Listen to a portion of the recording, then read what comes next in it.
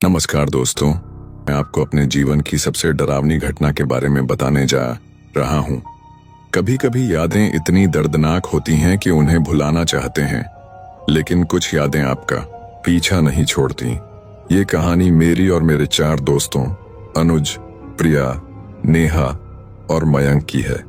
हम सब दिल्ली विश्वविद्यालय में एक साथ पढ़ते थे और ग्रेजुएशन के बाद हमने तय किया था कि पूर्वोत्तर भारत की यात्रा करेंगे। मेघालय हमारे लिस्ट में सबसे ऊपर था। उसकी प्राकृतिक सुंदरता और रहस्यमयी संस्कृति के कारण हमने महीनों तक इस ट्रिप की योजना बनाई, हर जगह के बारे में रिसर्च किया। शिलांग, चेरापूंजी, डॉकी, मावलिनोंग। हमारा प्लान था कि हम 1 हफ्ते की यात्रा करेंगे, लेकिन जो हुआ उसने हमारी जिंदगी हमेशा के लिए बदल दी।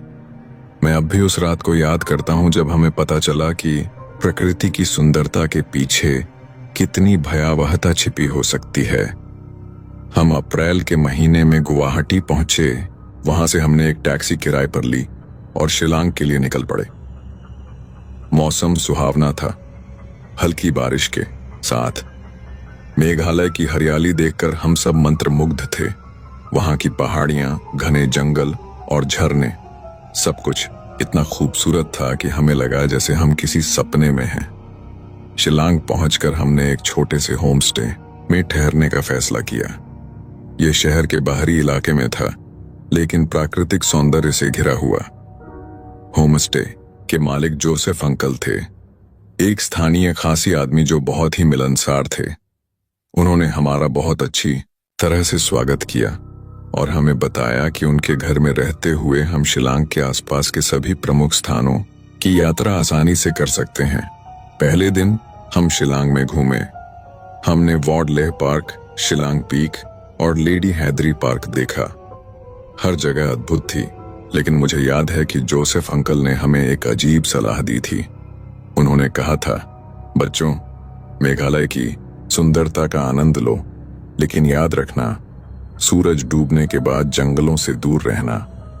कई बार लोग इस जगह की सुंदरता में इतने खो जाते हैं कि वे वापस नहीं आते। हमने उस समय उनकी बात को हल्के में लिया था। हमें लगा कि वे बस हमारी सुरक्षा के लिए चिंतित हैं, क्योंकि हम बाहर से आए थे। अगले दिन हमने चेरापूंजी जाने का प्लान बनाया। चेरापूंजी, जिसे सोहरा भी कहा जाता है, दुनिया के सबसे अधिक वर्षा वाले स्थानों में से एक है। यह शिलांग से लगभग 55 किलोमीटर दूर है और इसकी यात्रा करते समय आप मेघालय के कुछ सबसे शानदार दृश्यों का आनंद ले सकते हैं। हम सुबह जल्दी निकल गए थे। जोसेफ अंकल ने हमारे लिए एक लोकल ड्राइवर थैंगलेन का इंतजाम किया था। थैंगलेन एक शांत व्यक्ति थे, बहुत कम बोलते थे। हमारा प्लान था कि हम चेरापूंजी में नोहा कालिकाई फॉल्स, 7 सिस्टर्स फॉल्स और मावसमाई गुफाओं का दौरा करेंगे और शाम तक वापस शिलांग लौट आएंगे। रास्ते में प्रकृति का नजारा देखकर हम सब अभिभूत हो गए थे। मेघालय को बादलों का घर कहा जाता है और उस दिन हमें पता चला कि क्यों। हम बादलों के बीच से गुजर रहे थे, जैसे हम किसी स्वर्गिक यात्रा पर हों। चेरापूंजी पहुंचकर हमने पहले नोह कालिकाई फॉल्स देखा। यह झरना अपनी विशाल ऊंचाई के लिए जाना जाता है। वहां की सुंदरता अवर्णनीय थी। हमने खूब फोटो खिंचवाए, मस्ती की और दोपहर का खाना भी वहीं खाया। इसके बाद हम मावसमाई गुफाओं की ओर बढ़े।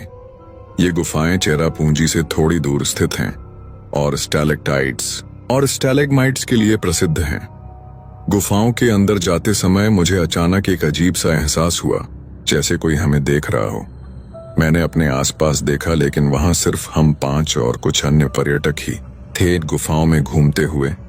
थैंगलेन ने हमें इन गुफाओं से जुड़ी कई कहानियां सुनाई। उन्होंने बताया कि स्थानीय लोग मानते हैं कि इन गुफाओं में प्राचीन आत्माएं निवास करती हैं। मेरे पूछने पर कि क्या वे इन कहानियों पर विश्वास करते हैं, थैंगलेन ने सिर्फ मुस्कुराकर कहा, कुछ चीजें समझाने से बेहतर है उन्हें महसूस करना। उनकी इस बात ने मुझे थोड़ा असहज कर दिया, लेकिन मैंने इसे नजरअंदाज कर दिया।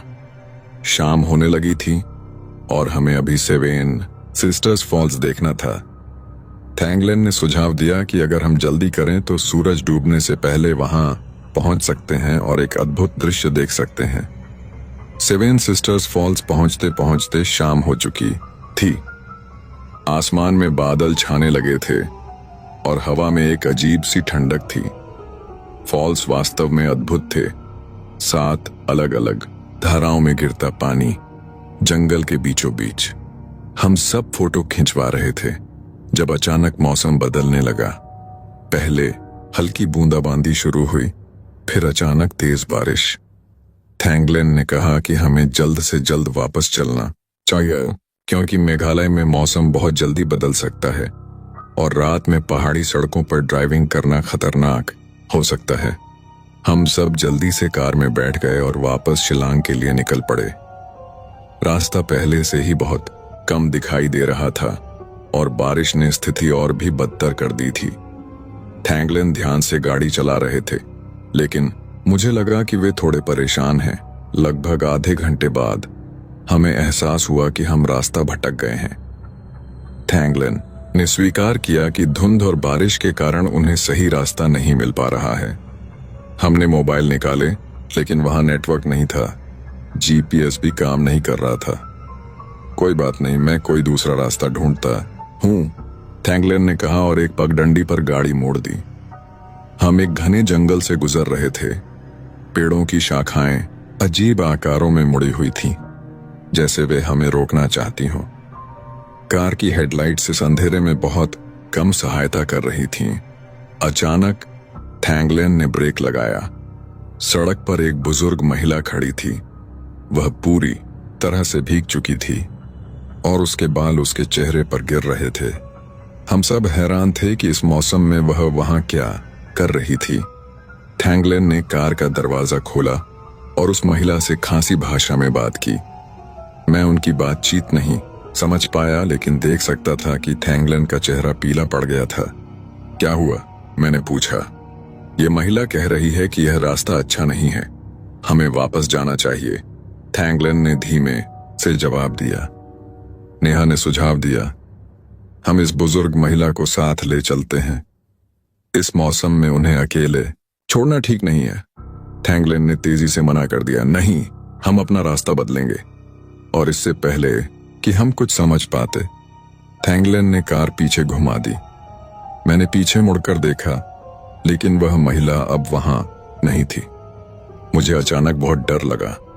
वह कहां गई? इतनी तेज बारिश में वह इतनी जल्दी गायब कैसे हो गई? थैंगलेन एक अलग रास्ते से शिलांग जाने की कोशिश कर रहे थे, लेकिन हम लगातार और अधिक घने जंगल में जाते जा रहे थे। बारिश और तेज हो गई थी और अब बिजली भी चमकने लगी थी। मुझे लगता है हमें कहीं रुकना चाहिए और सुबह होने का इंतजार करना चाहिए, प्रिया ने सुझाव दिया। थैंगलेन ने सिर हिलाया। आसपास कोई गांव या होटल नहीं है, हमें आगे बढ़ते रहना होगा। मयंक ने पूछा, वह महिला कौन थी और तुम इतने डरे हुए क्यों थे? थैंगलेन कुछ देर चुप रहे, फिर बोले, मेघालय में एक पुरानी कहानी है। कहते हैं कि यहाँ के जंगलों में एक आत्मा रहती है जिसे स्थानीय भाषा में थलेन कहा जाता है। वह अक्सर एक बूढ़ी महिला के रूप में दिखाई देती है और जो लोग उसकी मदद करते हैं वह उन्हें अपने साथ ले जाती है। ये सिर्फ अंधविश्वास है, अनुज ने कहा, हालांकि उसकी आवाज में भी डर झलक रहा था। शायद, थैंगलेन ने जवाब दिया, लेकिन मेरा दादा इसी तरह गायब हुए थे। एक रात वे घर से निकले और फिर कभी वापस नहीं आए। लोगों ने कहा कि उन्होंने एक बूढ़ी महिला को सड़क पर देखा था। हम सब चुप हो गए। बाहर अंधेरा और गहरा हो रहा था और जंगल के शोर, पेड़ों की पत्तियों का सरसराना, कीड़ों की आवाज और दूर से आते जानवरों के रोने की आवाजें हमारे डर को और बढ़ा रहे थे। अचानक कार रुक गई। थैंगलेन ने इंजन स्टार्ट करने की कोशिश की, लेकिन कार स्टार्ट नहीं हुई। लगता है इंजन में पानी चला गया है, उन्होंने कहा। अब क्या करें? नेहा ने पूछा। उसकी आवाज कांप रही थी। थैंगलेन ने हेडलाइट्स के प्रकाश में बाहर देखा और कहा, मुझे लगता है कि मैं थोड़ी दूर कुछ रोशनी देख रहा हूं। शायद वहां कोई गांव हो। मैं जाकर देखता हूं और मदद लाता हूं। नहीं, हम सब साथ चलेंगे, मैंने कहा। मुझे अकेले रहने का विचार बिल्कुल पसंद नहीं था। हम सब बारिश में भीगते हुए उस रोशनी की ओर चल पड़े। रास्ता बहुत कठिन था। कीचड़, पत्थर और जंगली झाड़ियां हमारे रास्ते में आ रही थीं। हम एक दूसरे का हाथ पकड़े हुए थे ताकि कोई खो न जाए। लगभग 20 मिनट चलने के बाद हम एक छोटे से क्लियरिंग में पहुंचे। वहां एक पुराना जीर्ण शीर्ण घर था। उसकी खिड़कियों से मध्यम रोशनी आ रही थी। यह अजीब है, टैंगलन ने धीमे से कहा। मुझे नहीं पता था कि यहां कोई रहता है। हम धीरे धीरे घर के करीब गए। घर पुराना था, लकड़ी से बना हुआ, और उसके चारों ओर अजीब सी सजावट थी। पेड़ों की शाखाओं से लटके पत्थर, हड्डियां और फूल। टैंगलन ने दरवाजे पर दस्तक दी। कुछ पल बाद दरवाजा खुला और एक बुजुर्ग व्यक्ति सामने खड़ा था। उनकी उम्र 80 के आसपास होगी। उनके चेहरे पर गहरी झुर्रियां थीं और उनकी आंखें बिना पुतलियों की थीं, पूरी सफेद। मैं डर के मारे जम गया। बाकी सब भी स्तब्ध थे। आओ, अंदर आओ, उस व्यक्ति ने कहा। उसकी आवाज एक घरघराहट जैसी थी। बाहर बारिश में खड़े मत रहो। हम सब एक दूसरे को देखने लगे। क्या हमें अंदर जाना चाहिए? लेकिन क्या विकल्प था? बाहर बारिश और तूफान था और हमारी कार खराब हो चुकी थी। टैंगलन ने धीमे से सिर हिलाया और हम अंदर चले गए। घर के अंदर का दृश्य और भी अजीब था। दीवारों पर अजीब चित्र लटके हुए थे, अमानवीय आकृतियां, जंगल के दृश्य और कुछ ऐसे सिंबल जिन्हें मैं पहचान नहीं पाया। कमरे के बीच में एक बड़ी अलाव जल रही थी, जिससे पूरे कमरे में एक लाल रोशनी फैल रही थी। मेरा नाम थोड़बा है, उस बुजुर्ग व्यक्ति ने कहा। तुम लोग रास्ता भटक गए हो? हाँ, टैंगलन ने जवाब दिया। हमारी कार खराब हो गई है। हम शिलांग जाना चाहते हैं। थोड़बा मुस्कुराए। उनके दांत पीले और टेढ़े मेढ़े थे। आज रात तुम लोग यहीं रुको। सुबह में मैं तुम्हें रास्ता दिखा दूंगा। हमारे पास कोई और विकल्प नहीं था, इसलिए हमने स्वीकार कर लिया। थोड़बा ने हमें सूखे कपड़े दिए और आग के पास बैठने के लिए कहा। आप यहां अकेले रहते हैं? प्रिया ने पूछा। हाँ और नहीं, थोड़बा ने रहस्यमय तरीके से जवाब दिया। शरीर से अकेला, लेकिन आत्माओं से घिरा हुआ। उनकी इस बात ने मुझे और भी असहज कर दिया। मैंने नजर उठाकर देखा कि वे मेरी ओर देख रहे हैं। उनकी सफेद आंखें मुझे घूर रही हैं। तुम्हें डर लग रहा है? उन्होंने मुझसे पूछा। नहीं, मैंने झूठ बोला। डरने की जरूरत नहीं है, थोड़बा ने कहा। जंगल उन्हें नुकसान नहीं पहुंचाता जो उसका सम्मान करते हैं। मैं समझ नहीं पाया कि वे क्या कहना चाह रहे थे, लेकिन मुझे लगा कि यह कोई चेतावनी है। थोड़बा ने हमारे लिए एक गर्म पेय तैयार किया, जिसे उन्होंने थांग बताया, एक स्थानीय हर्बल चाय। हमने सब पी ली और मुझे अचानक बहुत नींद आने लगी। मेरी आंखें भारी हो रही थीं। मुझे लगा कि टैंगलन थोड़बा से खासी भाषा में बात कर रहे थे, लेकिन मैं उनकी बातें समझ नहीं पा रहा था। मुझे याद है कि टैंगलन का चेहरा चिंतित दिख रहा था। फिर मैं सो गया। जब मैं सोया तो मुझे बहुत अजीब सपने आए। मैं देख रहा था कि मैं जंगल में अकेला भाग रहा हूं। हर तरफ अंधेरा है और मैं किसी चीज से बच रहा हूं। मैं नहीं जानता कि वह क्या है, लेकिन मुझे पता है कि अगर वह मुझे पकड़ लेती है तो मैं कभी वापस नहीं आऊंगा। सपने में मैं एक खुले मैदान में पहुंचा। वहां वही बूढ़ी महिला खड़ी थी जिसे हमने रास्ते में देखा था। इस बार मैं उसका चेहरा साफ देख सकता था। उसके चेहरे पर कोई त्वचा नहीं थी, सिर्फ खोपड़ी थी और उसकी आंखों से एक अजीब नीली रोशनी निकल रही थी। वह मेरी ओर बढ़ रही थी। उसके हाथ मेरी तरफ बढ़ रहे थे और मैं चिल्ला रहा था। मैं हड़बड़ाकर उठ गया। मेरे माथे पर पसीना था और मेरा दिल तेजी से धड़क रहा था। मैंने अपने आसपास देखा। मैं अभी भी उस अजीब घर में था, लेकिन सभी सो रहे थे। अलाव अभी भी जल रही थी, लेकिन उसकी रोशनी कम हो गई थी। मैंने थैंगलिन को हिलाया। थैंगलिन उठो। वे नहीं उठे। मैंने प्रिया, नेहा और मयंक को भी हिलाने की कोशिश की, लेकिन वे भी नहीं उठे। वे सभी गहरी नींद में थे। मैं धीरे से उठा और चारों ओर देखा। थोड़बा कहीं नहीं दिख रहा था। मुझे लगा कि मुझे बाहर जाना चाहिए और देखना चाहिए कि क्या हो रहा है। मैंने धीरे से दरवाजा खोला और बाहर झांका। बारिश रुक गई थी, लेकिन आसमान अभी भी बादलों से ढंका था। चांद की हल्की रोशनी में मैं थोड़बा को देख सकता था। वे घर से थोड़ी दूर खड़े थे और उनके चारों ओर अजीब सी रोशनी थी। मैं धीरे से उनकी ओर बढ़ा, यह देखने के लिए कि वे क्या कर रहे हैं। जैसे जैसे मैं करीब पहुंचा, मुझे एहसास हुआ कि वे अकेले नहीं थे। उनके चारों ओर कई अन्य आकृतियां थीं, अस्पष्ट पारदर्शी आकृतियां, जैसे भूत हों। मेरा दिल धड़कना शुरू हो गया। मैं वहां से भागना चाहता था। मैं वहां खड़ा, जमीन पर पैर जमाए हुए, अपने डर से जूझता रहा। थोड़बा और उन अजीब आकृतियों को देखते हुए मेरा मन कह रहा था कि वहां से भाग जाऊं, लेकिन मेरे दोस्त अभी भी घर के अंदर थे। उन्हें छोड़कर जाना मेरे लिए असंभव था। अचानक थोड़बा ने मुड़कर मेरी ओर देखा। उनकी सफेद आंखें चांदनी में चमक रही थीं। आओ, उन्होंने कहा। उनकी आवाज हवा में गूंज रही थी। मैं जानता था कि तुम जागोगे।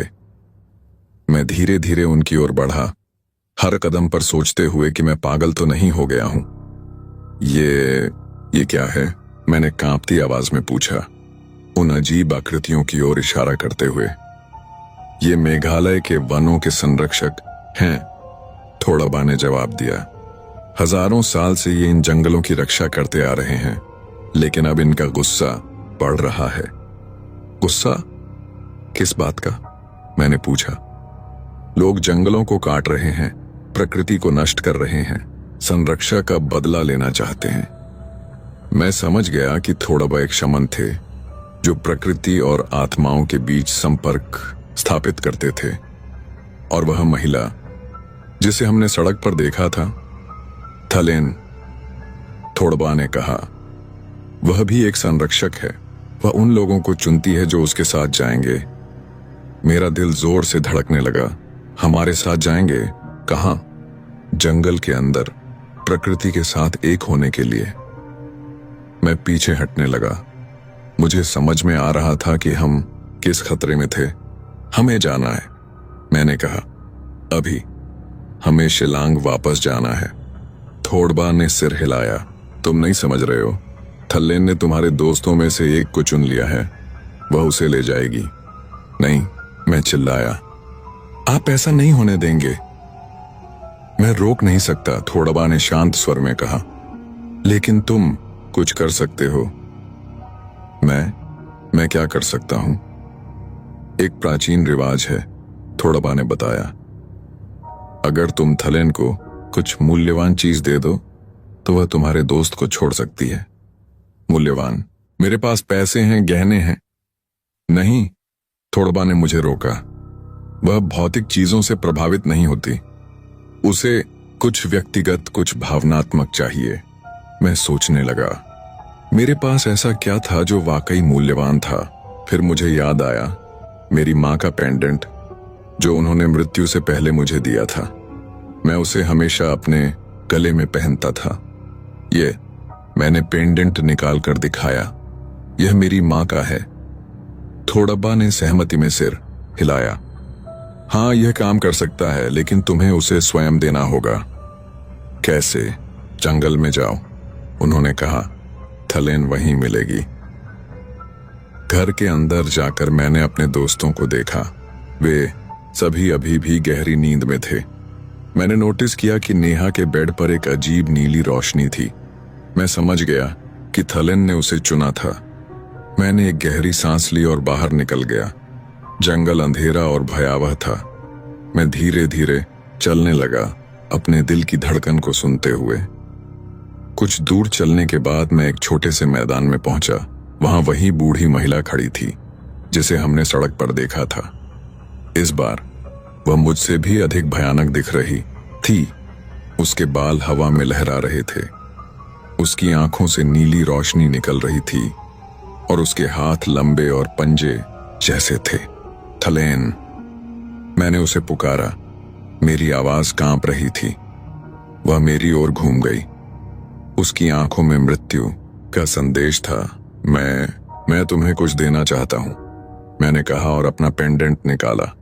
ये मेरी मां का है, ये मेरे लिए सबसे कीमती चीज है। मैं इसे तुम्हें देना चाहता हूं अगर तुम मेरे दोस्त नेहा को छोड़ दो। थलेन ने मुझे देखा। उसकी आंखें मेरे अंदर तक देख रही थीं।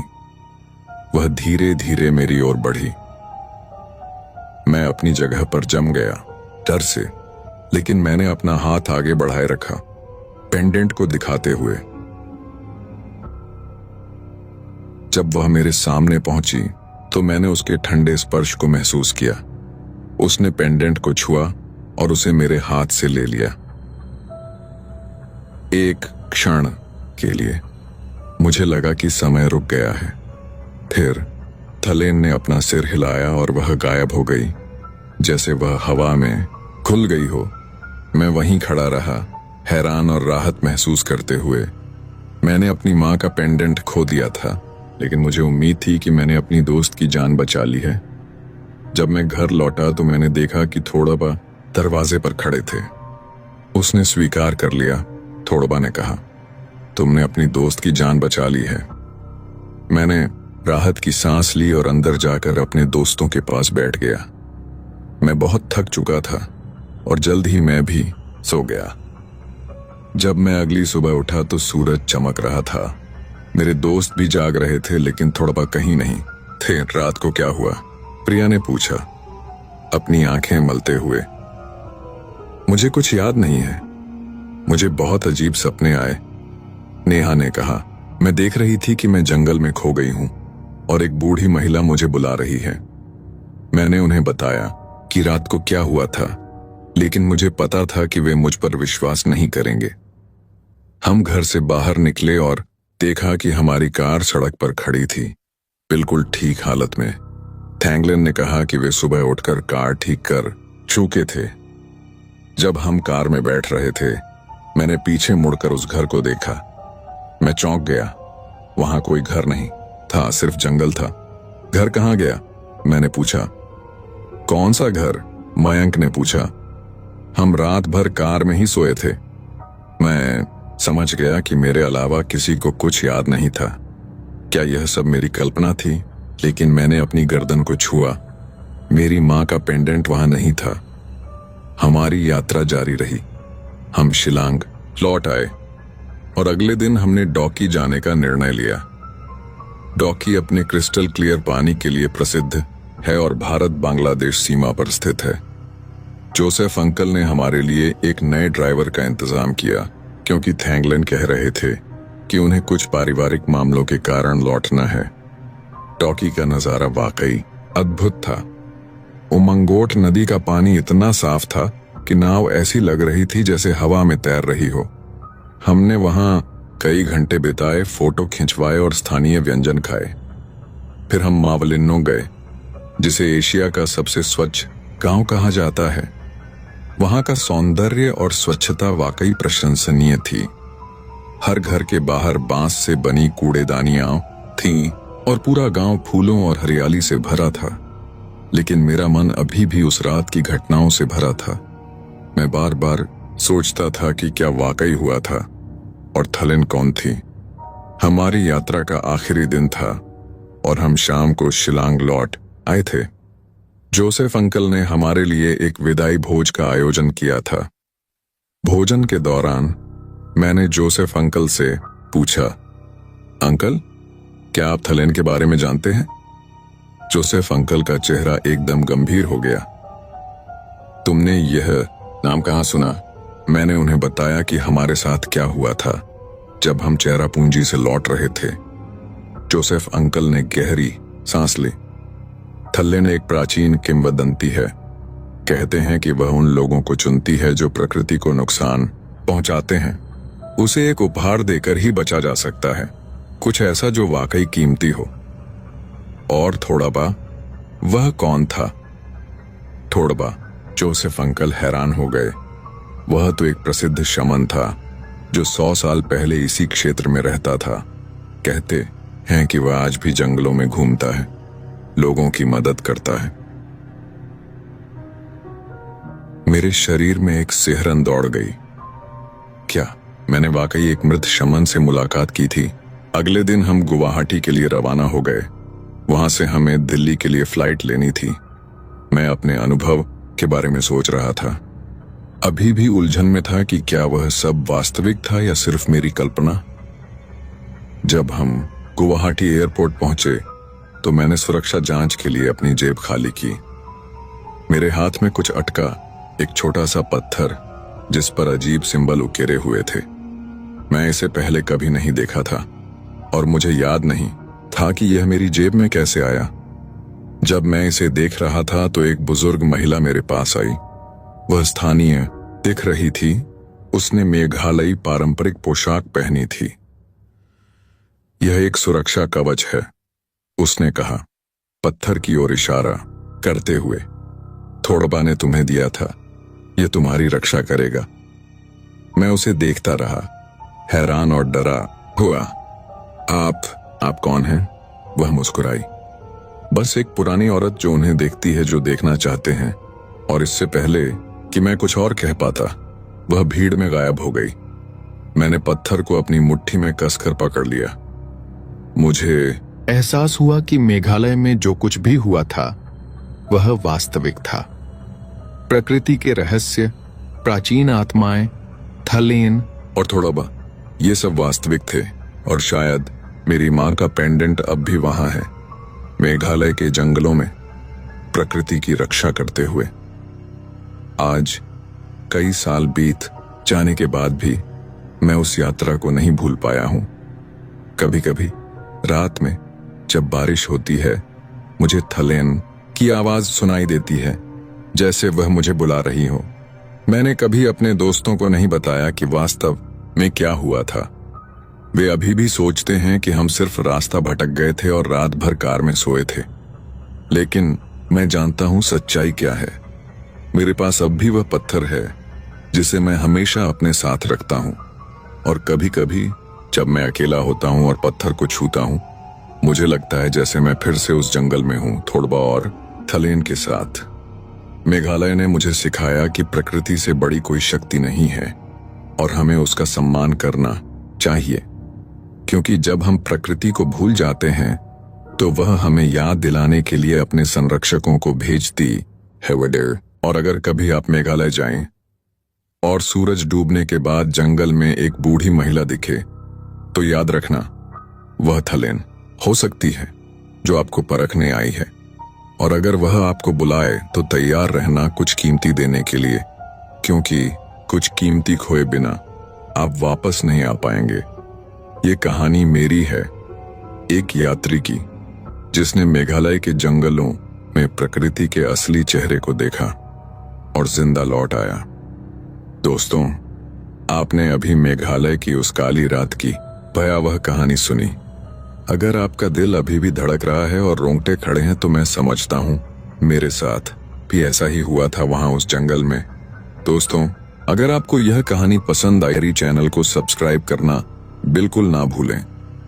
साथ ही बेल आइकन को जरूर दबाएं ताकि आपको हमारी हर नई डरावनी कहानी का नोटिफिकेशन सबसे पहले मिले। क्या आप सोच रहे हैं कि मेघालय की थलेन जैसी और भी आत्माएं हमारे भारत के दूसरे हिस्सों में मौजूद हैं?